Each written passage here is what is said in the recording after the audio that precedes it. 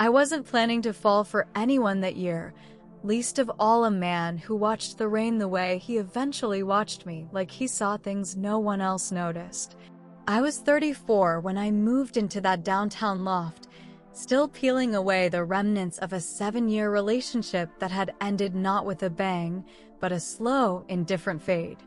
The kind of silence that grows between two people until it becomes a wall.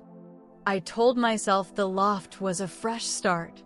Exposed brick, high ceilings, the scent of coffee from the cafe downstairs every morning.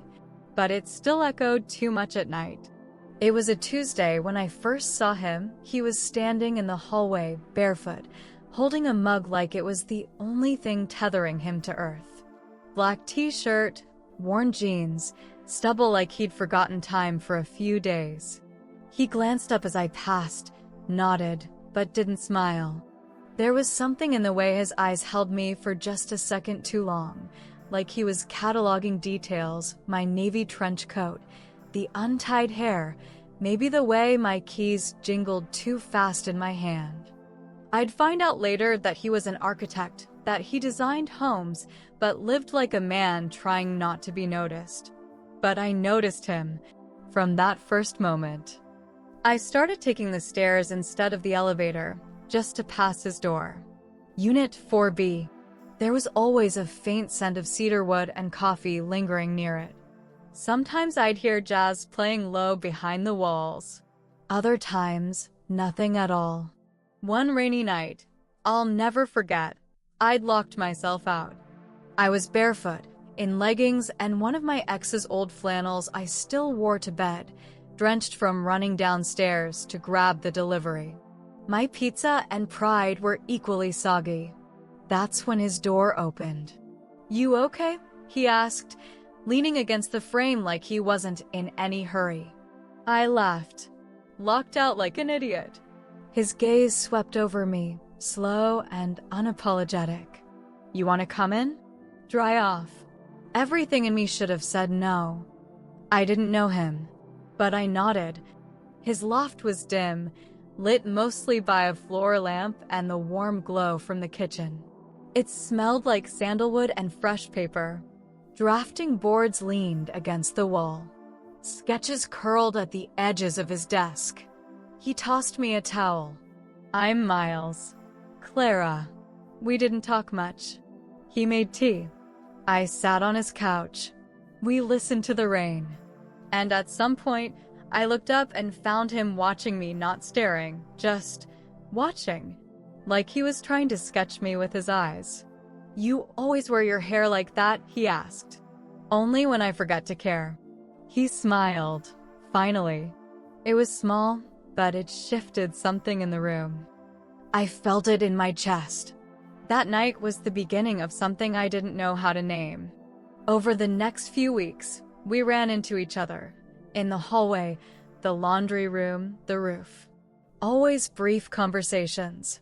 But they built like whispers into something louder. His eyes lingered a little longer. Mine did too.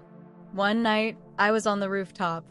It was cold, and I'd wrapped myself in a blanket, watching the city lights flicker below. I didn't hear him come up. "You always hide up here?" he asked, settling beside me like it was the most natural thing. "Sometimes it's quieter above everything," I said. He nodded. "I like that." I don't remember how we got so close. One minute there was space between us, the next, our knees touched. My shoulder brushed his arm every time I breathed. I didn't move away. He reached up and tucked a strand of hair behind my ear slowly, like he was giving me time to stop him. "I think about kissing you," he said, his voice low. My heart kicked in my chest. "Why haven't you?" He looked at me for a long moment. "Because you feel like more than a moment. And I don't want to ruin that." I should have kissed him then. I wanted to, but I think we both knew the waiting was part of it. It wasn't until 2 weeks later, after a particularly hard day, that everything changed. I'd had a breakdown on the stairwell, hidden from the world, hugging my knees to my chest. He found me there. He didn't ask what happened. He just sat next to me and put his arm around my shoulders. Not possessively, just enough to make me feel like I could exhale. And I did. I turned my face toward him. He was so close I could feel the warmth of his breath on my lips. "I don't know how to let anyone in anymore," I whispered. His hand moved, brushing the side of my jaw. "Then let me be the first you don't have to push away." I leaned in. He met me halfway. The kiss was slow, the kind that steals your breath not because it's urgent, but because it's intentional. Like he was learning me. Like I was a language he wanted to speak fluently. When we finally pulled apart, my hands were tangled in his t-shirt, his thumb pressed against my pulse. "I've wanted that since the pizza," he murmured. I laughed, breathless. We didn't rush anything after that.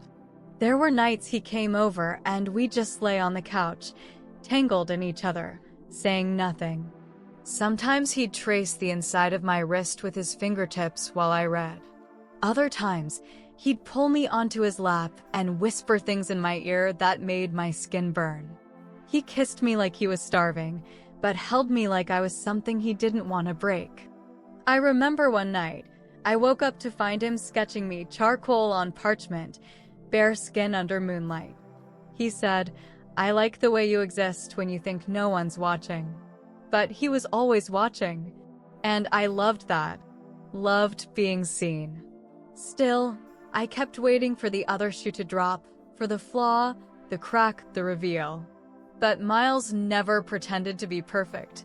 He showed me his quiet, his loneliness, the way he sometimes worked for days without speaking to anyone, the old scars on his knuckles, the voicemail from his father he hadn't opened in 6 years.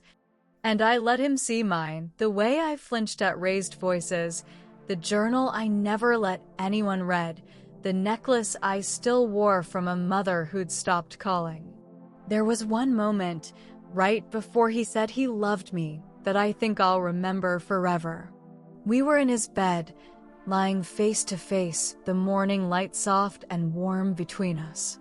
He brushed his nose against mine, then whispered, "You make me want things I forgot I deserved." That broke me, in the best way. I said it back that night, as we danced in the kitchen barefoot, tipsy from red wine and moonlight. And I meant it. Every word, every touch, every silent morning.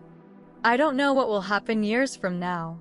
Life shifts, people change. But for now, for this chapter, I am his and he is mine.